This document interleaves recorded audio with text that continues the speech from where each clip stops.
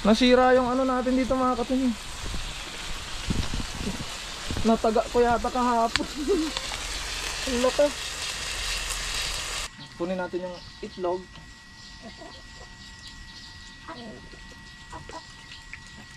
Tapos pulutin natin. Oh, di ba? Easy.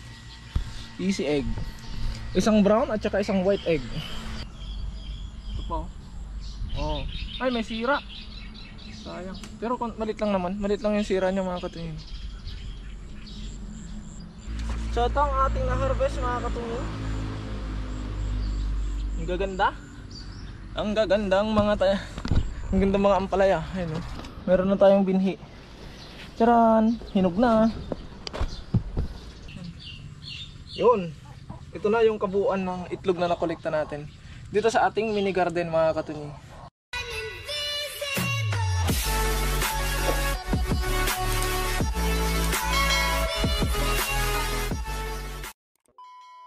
So what is up mga katunying, magandang umaga sa ating lahat. At syempre welcome back sa ating YouTube channel. Kung ngayon pala kayo nakapadpad sa aking YouTube channel mga katunying, nanyan ko po kayo mag-subscribe at i-click po ang notification bell para ma-update kayo sa masusunod pa nating video. At syempre for today's video mga katunying ay nandito na naman tayo sa ating mini garden para gawin ang ating daily routine mga katunying. At syempre gawin natin ang ating daily task. Magpapakain tayo ng ating mga alaga. At the same time ay gagawa tayo ng mission natin. Ang mission natin ngayong araw mga katunying ay mag-harvest tayo ng itlog. Ayan, dala natin yung naipon nating itlog mga katunying, na-collect nating itlog. And then idadagdag natin yung makukuha natin ngayong araw. At mag-harvest tayo ng ampalaya dahil meron tayong ampalaya dito na pwede nang i-harvest. Siyempre i-harvest natin na. Uy, nabasag yung, natanggal yata yung ano natin ito na. I-harvest tayo ng ampalaya dahil malalaki na yung ating ampalaya mga katunying.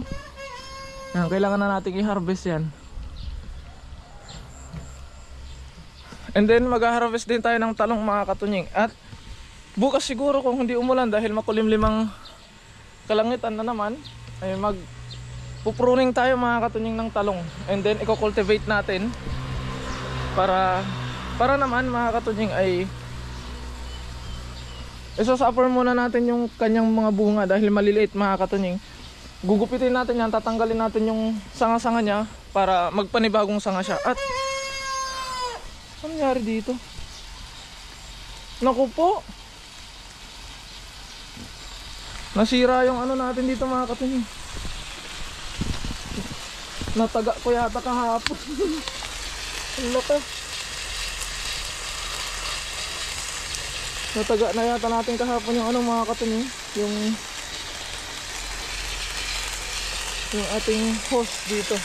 Tignan muna natin. Ang laki pa yata ng ano. Naku po. Naku po, ang laki nga.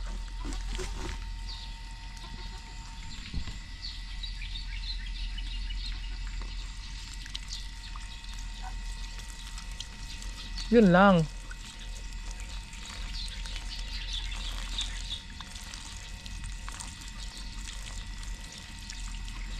Yun lang. So mga katunying, dahil nasira to ay gagawa natin ng paraan. Samahan nyo ko at hanap tayo ng paraan para magawa ng paraan yun. Oh, may dalawang itlog dun. Tapos sa pato, di ko alam kung ilang itlog yung meron sa pato. Nahulog pa yung sombrero natin. Tingnan na natin mga katunying, kasi wala na tayong goma eh. Tingin tayo ng goma mga katunying para matalian natin ang goma yun. Dahil wala tayong goma, tape ang gagamitin natin. Kasi tulad din naman dito mga katunying, may nataga din akong parte dito. Tinipang ko, okay naman siya hanggang ngayon, no? Dahil wala tayong goma, gagawa na lang natin ng paraan. Aray ko! Importante ay ano natin,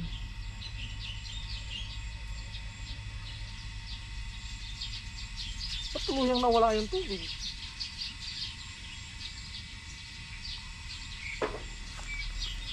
Ay, pumutok na naman yata doon.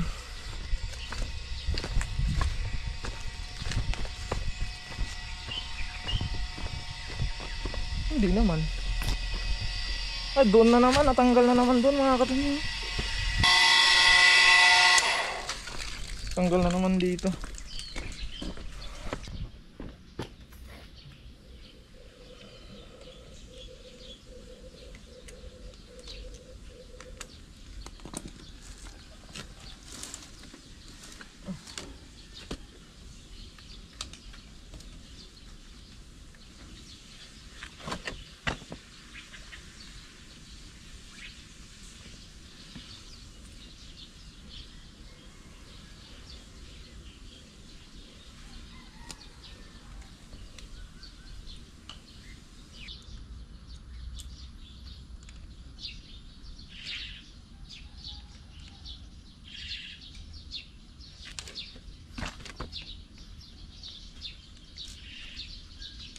Mga katunying, hugasan lang natin itong... Okay! Hinaan lang natin muna para mahugasan yung hose. Basa na ako ah.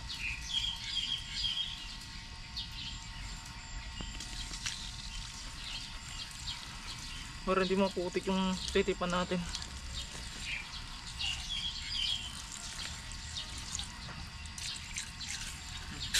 Oh!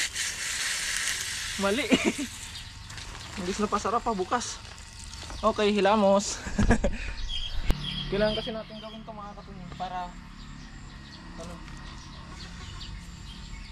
and then tape.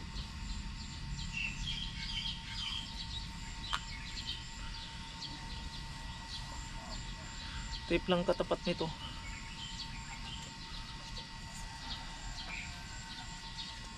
Pero yung tinipang ko doon sa bandang doon mga katunying, nataga ko din dati. Hindi naman siya natanggal. Ayan, the moment of truth. Ano siya mga katunying? On na natin. Oh, diba? Okay siya. Doon naman. Ano ba naman to? Ba't ang dami-daming ano? Saan na naman to? Ah, ay mabilis lang to.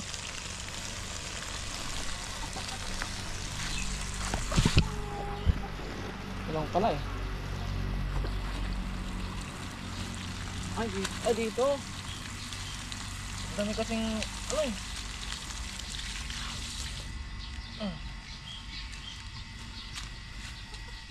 Ngayon mga katunying, natapos na ang problema natin.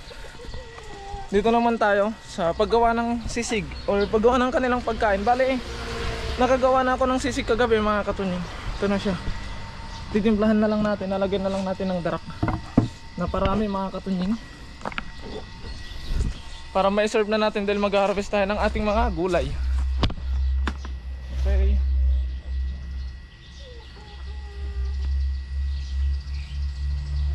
Nabasa tuloy yung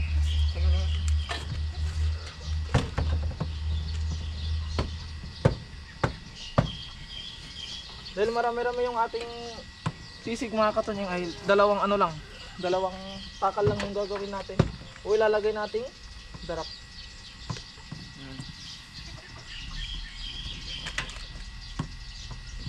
And then imemekos-mekos na natin. Siyempre dito natin imemekos-mekos sa labas para hindi magulo yung mga pato natin. Kasi kapag sa loob mga katunying magulo sila. Uy, umaambon.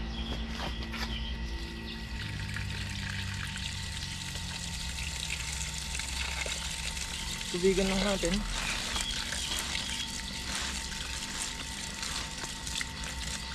Basta mabasa yung darak.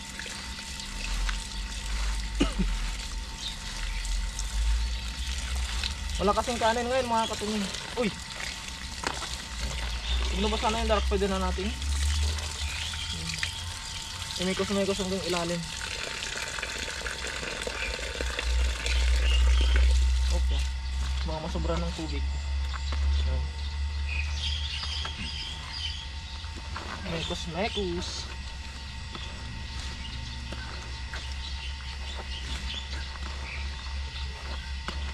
Malaki-laking tipid din tong ano mga katunying, tong paggawa natin ng sisig na to para hindi tayo mapuruan sa pagkain nila. Dahil kung pupuruin nating darak tong mga katunying, sasaglitin lang nila yung 300. Pero pag ginalaw natin ng ano, ng saging mga katunying, yung 300 NT natin aabot na ng isang buwan. Dahil mas marami yung nilalagay nating saging kaysa sa darak.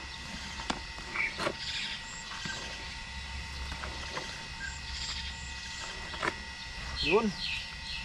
Nagugasan tayo ng kamay dahil mag-serve na tayo.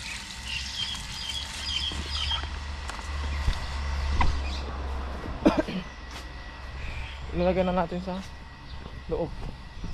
At yung mga manok natin, ayun o.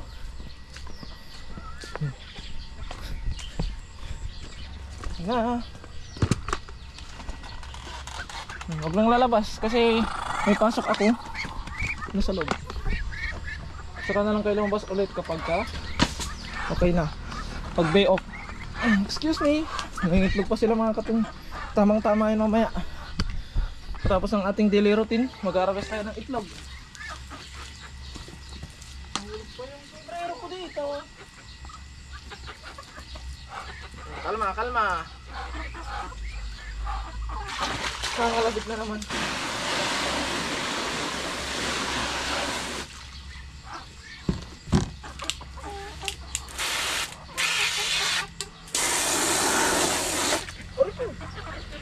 Ano naman ganyan? Nakakakiliti.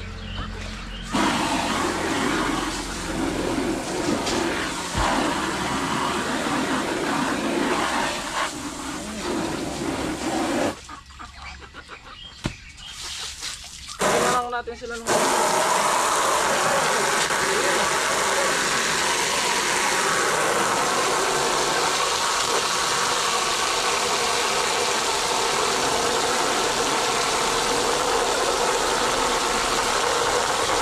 hindi na kalabit niya, kagat na yan ah.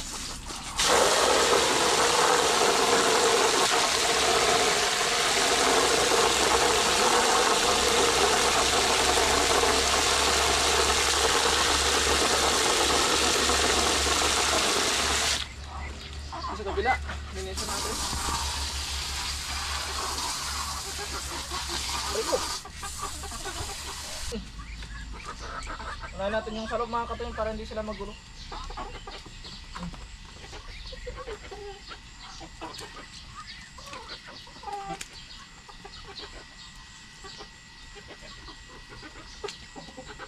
Then dito na tayo. O dito na.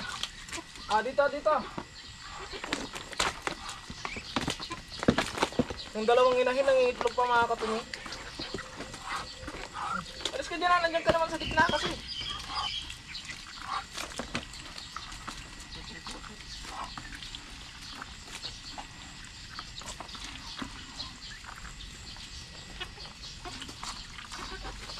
Dagdagan natin yung sa loob mga katunying.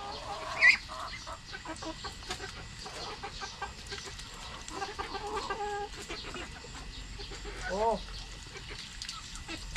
Nangalabit na naman to. Aray ko. Aray ko.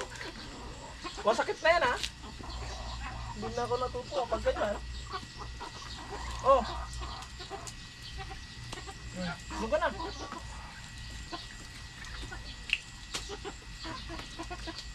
Gusto talaga pasubuan ng mga katunying.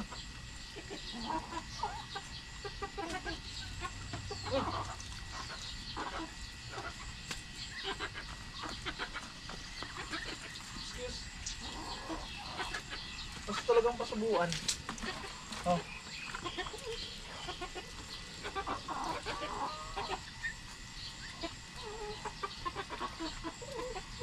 Daliri ko. Okay na.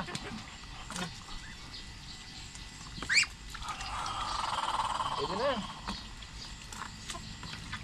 May pasok ako eh.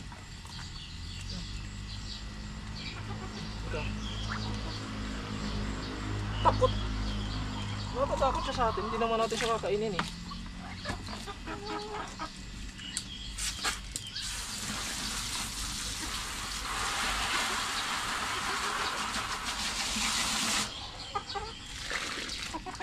Yun, tapos na tayo dito mga katunying.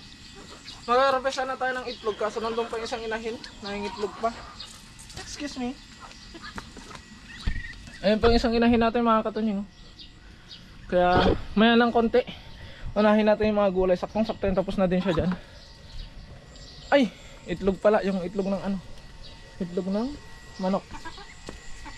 Kunin natin itlog ng manok. Tapos yung isang pato natin nandun sa loob. Dahil pag nandito sa labas mga katunying, binubuli siya. Kaya nilagay natin doon. Nang sa ganun ay hindi siya mabuli. Kunin natin yung itlog.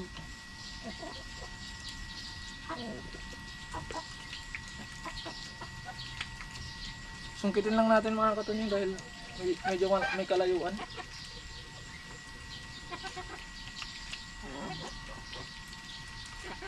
Ito ka. Huwag kang mababasag. Yun. Ngayon natin panungkit natin dito. Tapos pulutin natin. Oh, diba? Easy. Easy egg. Isang brown at saka isang white egg. Kaya tara mga katunying. Labas muna tayo habang nangingitlog pa yung isang inahin. Excuse me. At habang hinihintay natin yung mga katunying, ay dito naman tayo sa labas. Sa labas naman ay okay naman sila. May pagkain pa. At ito na, nadagdagan na naman yung itlog ng manok. Hindi ko siya hinuhugasan pa mga katunying dahil yan siya. Hindi ko pa siya hinuhugasan mga katunying. Dahil sabi nila kapag daw nababasa yung itlog masisira. Eh, hindi ko pa naman siya iluluto dahil gagawin ko siyang itlog maalat mga katunying. Kaya iniipon ko muna. Saka ko na lang huhugasan, babasain kapag gagawin ko na siyang itlog maalat. Para isahang batch. Saan yung pang-cutter natin? Ngayon naman ay mag-harvest tayo ng ampalaya. At yung pinagtanggalan natin ng plastic, o pinagtanggalan natin ng pinagtanggalan natin ng ampalaya ay ano naman natin tawag dito. Ibabalot natin doon sa ibang bunga. At dahil may limit yung oras natin ngayon mga katunying, bukas na lang tayo magpupruning ng ating mga talong. Kaya ayun. Tapos gagawin din natin ng latayan tong ating sigarilyas mga katunying. Pero pag may oras tayo, yan, syempre isa-isayin natin yung mga katunying, hindi pwedeng sabay-sabay. Unang harvest, ay hindi, pangalawa na pala to. Yung unang harvest natin sa ampalaya mga katunying ay ano lang, isang piraso lang yung na-harvest natin. Pero ngayon, tignan natin kung ilang piraso. Lipat natin to. Lipat natin to dito.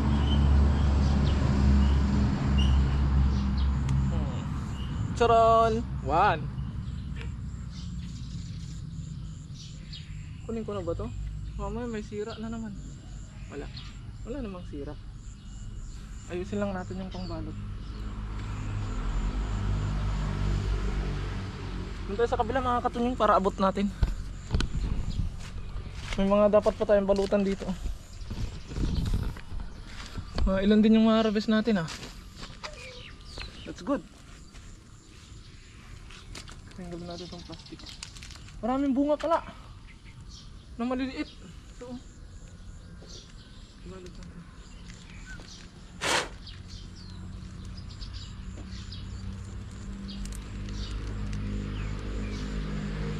Ito namang ilipat natin dito.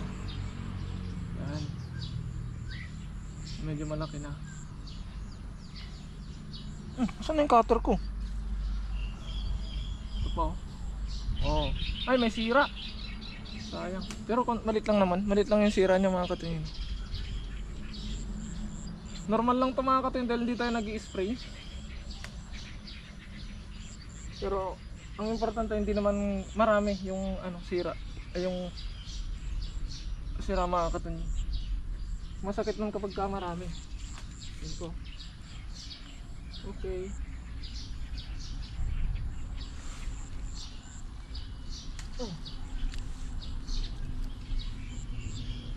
Ngayon naman ililipat natin itong mga tinanggal natin mga katunying. Itong mga ganito.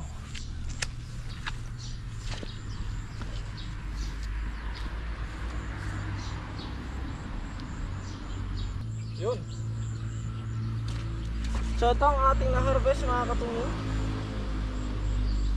Ang gaganda. Ang gagandang mga ang gandang mga ampalaya. Ayun, oh. Ariko. So next natin mga katunying na i-harvest ay ang talong. So kuha tayo ng lagayan kapag katalong mga katunying dahil baka marami, baka lang, hindi naman siguradong marami. So ito na yung ating lagayan mga katunying at itong ma-harvest nating talong ay ibibigay natin doon sa factory at yung ampalaya maiiwan sa atin mga katunying.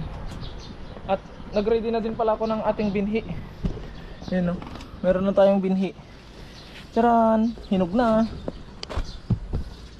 Ngayon ay mag-harvest na tayo. Ito palang talong na ito mga katunying ay magulang na siya kaya malilit na lang yung bunga niya. Pag sigurado ng goods yung binhi natin ay ipupruning din natin ito mga katunying. Dati malalaki din yung bunga nito eh. Kaso ngayon, kasi magulang na, wala na. Ano na siya, malilit na lang. Kailangan ulit natin i-pruning para bumalik sa normal yung kanyang pamumunga.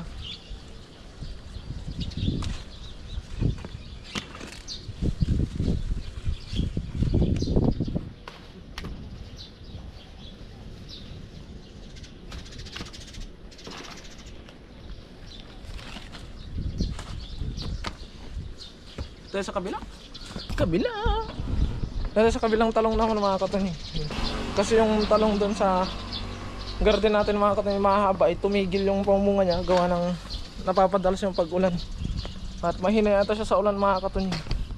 Dito naman yung isang talong pa. Yung harvestin natin.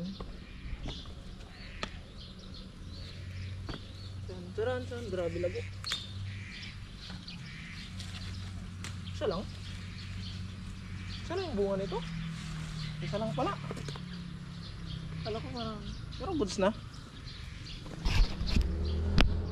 Ngayon mga katunying, silipin na natin yung pato. Dahil syempre hindi tayo pwedeng magtagal ng sobrang tagal dito sa garden.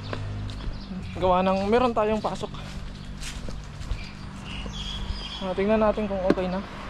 Kung lupos na ba siyang mangitlog. Silipin natin. Dali na natin yung lagayan. Wow! Hinihingal yung mga manok ah. Tapos na ba siya? Ay, lumabas naman na siya mga katunying. Hindi ako nakapag-harvest kahapon eh. So yun mga katunying, lumabas naman na sila. Ayun. Ay, 5. May 5 itlog ngayon. 5 itlog yung ating makukolekta. May ibon. Tapos idadagdag natin dito sa ating nakakuha. You know, 2 4. Ay grabe, nabalutan ng putik yung isa.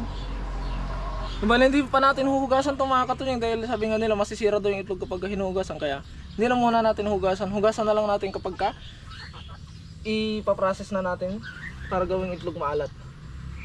Yan. Dahil yung itlog maalat na ginawa natin nung nakaraan mga katunying ay hindi pa natin na-harvest. Bali harvest niya sa 11. Isang buwan. Yun. Ito na yung kabuuan ng itlog na nakolekta natin dito sa ating mini garden mga katunying. Diba? Hindi na natin problema kung natin, meron na tayong gulay, may itlog at may karne na din. Dahil sa mga pag-alaga natin ng manok. Pare, may sugot yung palad ko. Kaya labas na tayo mga katunying.